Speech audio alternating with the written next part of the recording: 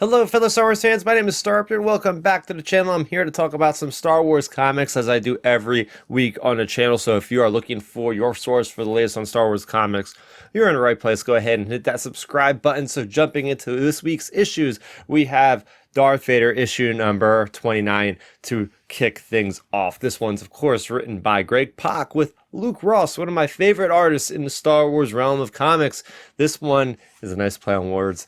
Techno reunion. Gotta love it. Gotta love that. So we have this story. It's a two-pronged approach. We have Dorme, Handmaiden of Padme, as well as Sabe, Handmaiden of Padme. They are both on their own adventures. So last we left off, Ochi of Bestoon ends up getting captured by the Handmaidens because they found out that Sabe, their good sister from years past, has been under the influence of Vader and the Empire, and they want to bring her back to the good side. So basically, we open up in the Imperial hangar. We have Dorme pretending to be Sabe because at this point, the Imperials and Stormtroopers and all think that Sabe is working for them, the commander and all. So she's going undercover, trying to basically find out the information on where Sabe has gone. So there's a lot of interesting antics that happen in this storyline where we have the Stormtroopers. She's approaching them, her loyal guards, and basically interrogating them for information on where her previous location was, meaning she's Sabe, right? She's pretending to be Sabe, and she's just berating these stormtroopers, and you could just see the artwork from Luke Ross representing these poor stormtroopers, like kind of like being flayed like with words, right? They're just like, yeah, we weren't supposed to talk about our whereabouts. We know, and they just look so guilty. It's great artwork there, and we end up getting a big surprise where Vader actually returns from his location on Skako Minor. And it's crazy because it's like, okay, Dorme is with Vader, and Vader just calls her out that, she's not obviously Sabe at this point.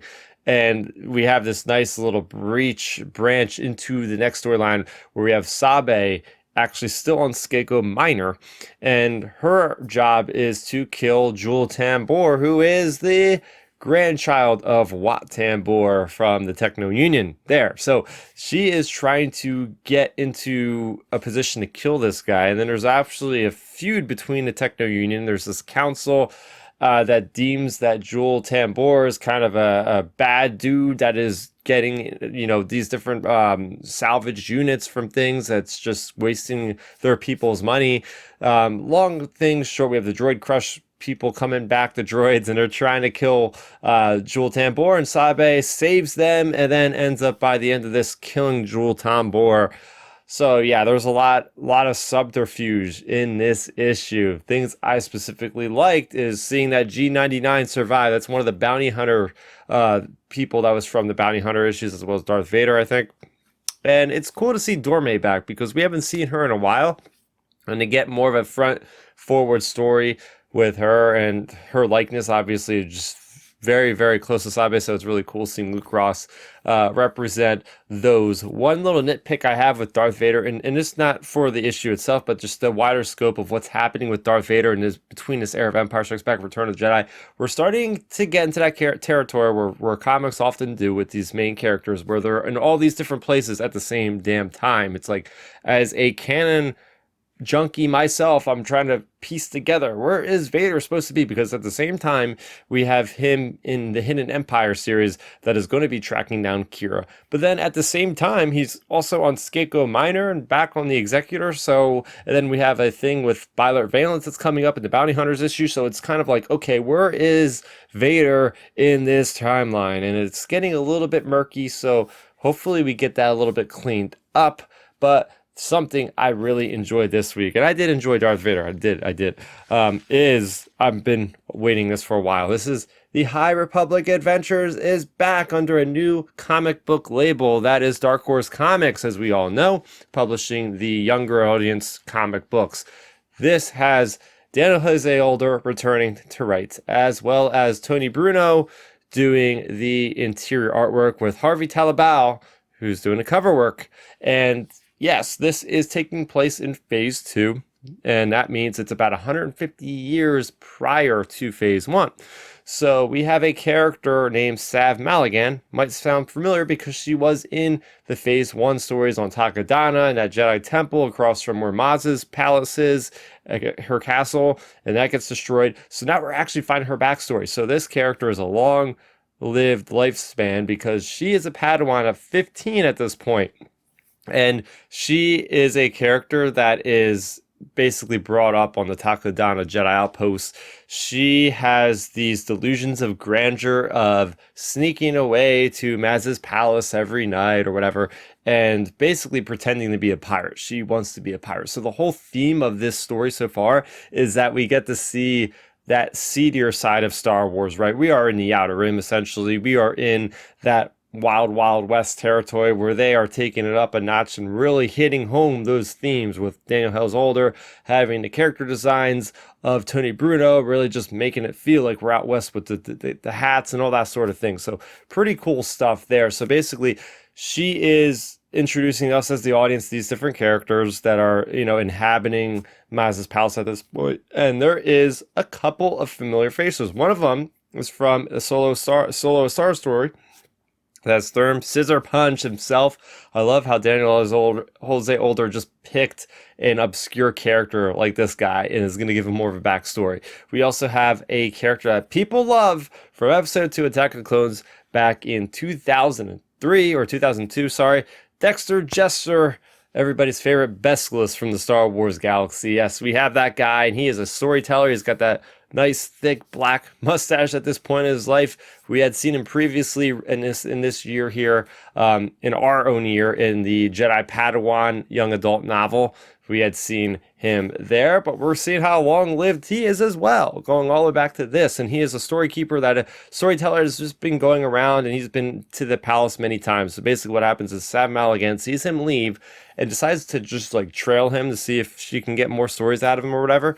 Ends up getting embroiled into a conflict of this other hunter dude, this pirate hunter dude is going after some delinquents, and they are known as the Dank Racks and Arkic Von. And Arkic Von once was going to be owning Takodana, and Maz Kanata basically tricked this guy, conned him out of it, and now he is basically her nemesis, and these guys are going to be tracking him down. So we have Sav Malagan that has been basically brought into the fold with Maz's crew to go after this guy that is probably going to do bad things if he gets these different disparate criminal organized groups together. So just a lot of cool things I took from this story specifically is just how badass Sav Malagan is, how she has that blaster at her hip, and she doesn't want to reveal that she's a Jedi to these pirates because that's not going to be good for her. She doesn't want to have that persona. She wants to be keeping it on the down low so her instructors at the Jedi Temple don't know what she's doing. But she has this kind of cool attitude, I gotta admit. And at the one point when they first track down these other guys in the jungle underneath Arkic Von, we actually see all these dudes firing pistols, blaster pistols, with Dexter Jettster having all 4 arms with the blaster pistols. Dexter Jettster is a really cool dude in this one. We see that big orange-red mech-looking droid thing that we've seen in The Force Awakens. So that thing lives for 500 years. Maz Kanata has hair, so that's really cool. She's got this jet black hair there. And I just think that this book really started off strong, as we could imagine with Daniel Hell's Older. He always does a really good, strong run, right? With there's High Republic Adventures were fantastic. Some of the best stuff in the High Republic came from the High Republic Adventures, and I expect no less of this series, which I think is getting 8 issues for this run of the High Republic. So that's going to do it for this week's comics. Let me know in the comment section down below what you thought of each of these comics. For more on Andor, for more on the High Republic, you're already in the right place. I've been breaking down Phase 2 so far. I have my reviews for the young adult novel, Path of Deceit, as well as Quest for the Hidden City, and I have Convergence, the adult Del Rey novel, going to be reviewed sometime this week, so check that out for sure. And tell your friends and your family, if they are Star Wars fans, then they should check out the YouTube channel that Starrapter, creates. So that's good to do for me, Starrapter. Thank you so much for watching, and may the Force be with you always. Thanks for checking out the video. Please hit that thumbs up symbol. It helps me know that I'm making content that you guys enjoy. And if you enjoyed this video, I also include 2 videos down below you guys should check out. And please consider subscribing to this channel. It helps support me and it notifies you guys of when I get new videos up on the channel. You can also contact me on Twitter, Facebook, and Instagram at Starrapter.